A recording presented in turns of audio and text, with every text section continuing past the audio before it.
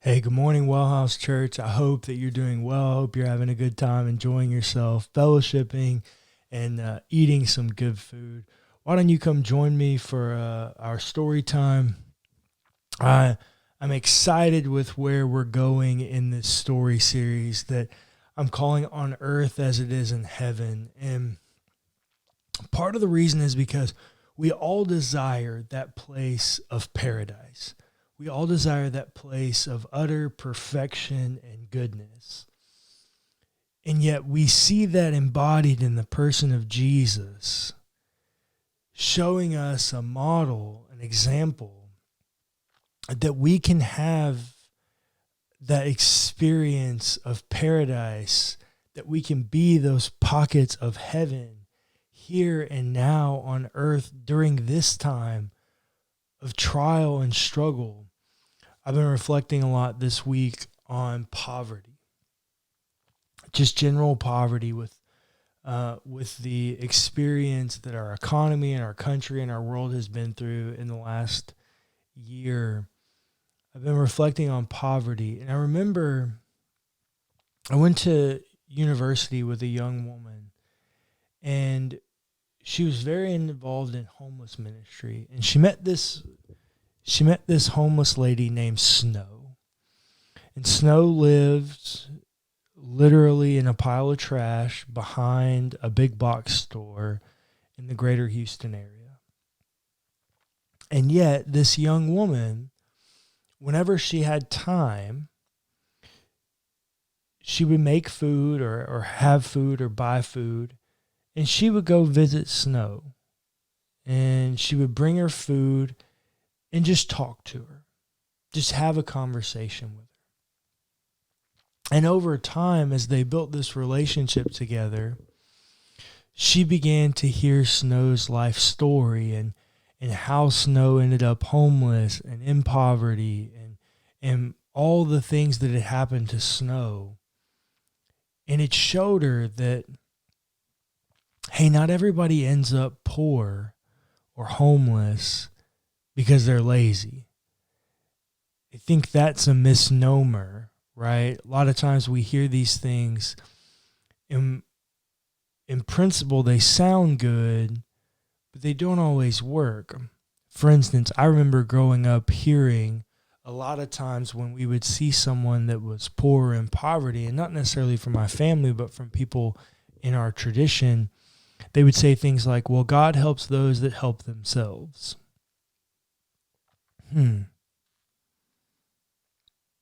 Well, I don't really see that in the book.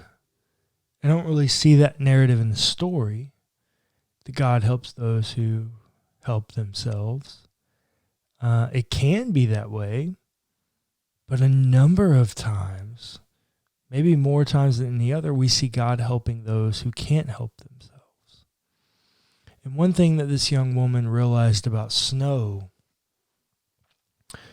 was that Snow really struggled to help herself, because when she became homeless for a number of different reasons that I can't get into right now, shortly after she was homeless, she was raped. And in the attack, her hip was broken. And she couldn't seek proper medical care to get her hip replaced or fixed properly because she didn't have health insurance. She was homeless. She was poor. And so she ended up going through, and over a process of about 2.5 years, her hip healed, but it healed incorrectly, and now she really struggled to get around. But when she started to be able to get around again, she started to apply for jobs. She started to try to look for work.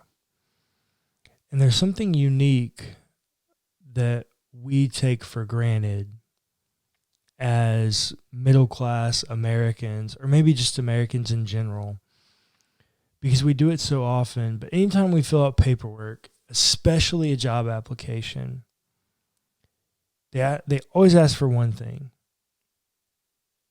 your name, and then they always ask for your address. Well, what do you do when you don't have an address to give? You either have to lie, or you have to put that you don't have one and you're homeless. And so Snow very quickly realized, and this young woman who was building a relationship with Snow realized that the system didn't always work for people in positions of poverty. It almost felt like the system was stacked against them because of some of the unique struggles that they had to overcome in order to get a job and get help and those types of things. And as I've been reflecting on this idea of poverty and just the struggle, one thing I've noticed is people that are poor or in poverty are 100% reliant on people outside of themselves. Even in the biblical narrative, we see poor people asking for money. They're doing almsgiving. They're seeking help from people outside of themselves. Maybe to say it another way is that people in positions of poverty are 100% vulnerable to everyone else. They're vulnerable and dependent on people other than themselves for a myriad of reasons that aren't unique to our time. They would have been the same in the ancient world, potentially even more exacerbated in the ancient world. And so for me, when I come to this text that we're going to look at for our story this morning, it brings a whole new light to me. You know, the Bible is a story. It's a narrative of God's interaction and the way that the people of God have thought that God interacted with them throughout the history of the world. And it comes in two main phases: an Old Testament, a testament or an expression of faith without Jesus, and a New Testament, an expression of faith with Jesus. And while they're not all written chronologically in the way that they're put together, they do tell a very beautiful story. In the Old Testament ends with a book written in the minor prophets named Malachi. In Malachi chapter 4 promises a curse. And that curse is that there's coming a day where people would burn, that they would be without salvation, that there's coming a day where deliverance is no longer an option for some people. And those people are those who experience life without God. And that's how the Old Testament, the narrative without Jesus, ends. And then we pick up in Matthew. And Matthew does this very beautiful thing that I've told the story on before in his genealogy, where he details the story and the history of Jesus through recounting the names of his ancestors. And through that, then we get a birth narrative, and then Jesus starts doing things. And then we get his baptism. Really, the first thing we see about Jesus as an adult, as a minister, is his baptism. And then we do his temptation, and then he begins his ministry. And in Matthew, the first sermon that we hear him preach is called the Sermon on the Mount. It's one of 5 main stories that Jesus tells throughout his gospel. It's the first one. And he goes through and he sees these people gathering around him. So he climbs up to the top of this mountain, and his disciples follow him. So it's a 3-tiered system. It's Jesus, and then his disciples, and then the crowds. And he begins to tell a story. It covers 7 chapters, from Matthew chapter 5 to chapter 7. But he starts with this phrase. Jesus in Matthew chapter 5 verse 3 says, "Blessed are the poor in spirit, for theirs is the kingdom of heaven. All this week I've been wrestling with a question of poverty. And what does it mean to be poor? And more specifically, how does that poverty relate to being poor in spirit? Because Jesus says, blessed are the poor in spirit. Well, I don't know about you, but when I look at people that are poor or homeless, I don't think they're blessed. I think they're hurting. And so what does it mean that blessed are the poor in spirit? Well, Jesus has 7 clauses here. He goes through and he says, blessed are so-and-so, for they receive this reward. And blessed, that word, it's hard to translate. Blessed may be the best, but it may also not be. It's almost like celebratory. It's almost like those who are poor in the spirit should celebrate because theirs is the kingdom of heaven. So what does it mean to be poor in spirit?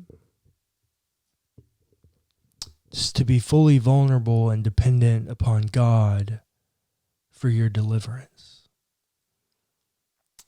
Because those who are poor in spirit, is the kingdom of heaven. Now remember, the kingdom of heaven is an ultimate reality in the place where God dwells of ultimate goodness that can be partially realized and experienced here. So while yes, ultimate deliverance is the kingdom of heaven, ultimate deliverance is final salvation. But we have experiences of deliverance here and now that are realities of the kingdom of God, that are realities of the kingdom of heaven that we live according to. So my question for you today, where do you need to surrender and come to Jesus as poor in spirit? Maybe you need to experience deliverance in your finances. Maybe you need it in your marriage. Maybe you need it with your children. Maybe you need to be shown a new way. And that's accomplished not by you continuing to depend on your own self to do and do and do and do. But maybe it's to take a step back and say, hey, you know what? I need someone else. I need to be dependent and delivered from someone else so they can show me a new way to go and do and do and do. And so I'm reading a book right now, and the author challenges me. It's a book on spiritual formation, to win by losing, to win by letting go. So today, where do you need to let go? What are you holding on to that you're doing and you're doing so tight that you really need to let go and just say, Jesus, I'm becoming poor in spirit and I need you to deliver me right now. What's going on? Where are you experiencing this?